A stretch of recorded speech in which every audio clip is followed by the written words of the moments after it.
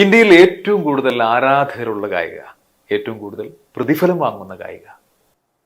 ലതയെ കാണുവാനായി സലീൽ ചൗധരി, രാമു കാര്യാട്ട്, നിർമ്മാതാവ് ബാബു, മറ്റു ചിലർ എന്നിവർ മുംബൈയിലെ അവരുടെ വീട്ടിൽ പോയി.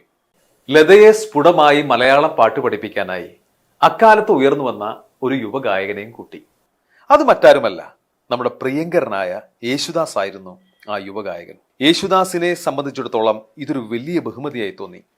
മനസ്സിലെ ഗുരുസ്ഥാനീയ കൂടിയായ ലതാജിയെ പാട്ട് പഠിപ്പിച്ചു കൊടുക്കാനുള്ള ഈ അവസരം ഒരു ദൈവനിശ്ചയമായി അദ്ദേഹം കരുതി. പാട്ട് പഠിപ്പിക്കുവാനായി ലത യേശുദാസിനെയും കൂട്ടി അവരുടെ കിടപ്പ് മുറിയിലേക്ക് പോയി.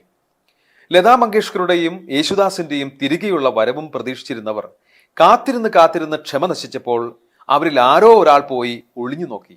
അപ്പോൾ കണ്ട കാഴ്ച രസാവഹമായിരുന്നു. യേശുദാസ് ഏതോ കീർത്തനം ആലപിക്കുന്നു. അത് ആസ്വദിച്ചുകൊണ്ട് യേശുദാസിനൊപ്പം നിലത്തിരിക്കുന്ന ലത. കർണാടക സംഗീതത്തിലുള്ള യേശുദാസിന്റെ അറിവും കഴിവും ലതാ മങ്കേഷ്കർക്ക് അന്ന് നേരിട്ട് ബോധ്യമായി. കടലിനക്കരെ പോണോരെ എന്ന ഗാനമാണ് ലതയെ അന്ന് യേശുദാസ് പഠിപ്പിച്ചത്. എന്നാൽ എത്ര ശ്രമിച്ചിട്ടും ലതയ്ക്ക് വാക്കുകൾ വഴങ്ങുന്നില്ല. ഒടുവിൽ ലതാ മങ്കേഷ്കർ പറഞ്ഞു, യേശുദാസ് തന്നെ ഈ ഗാനം പാടട്ടെ.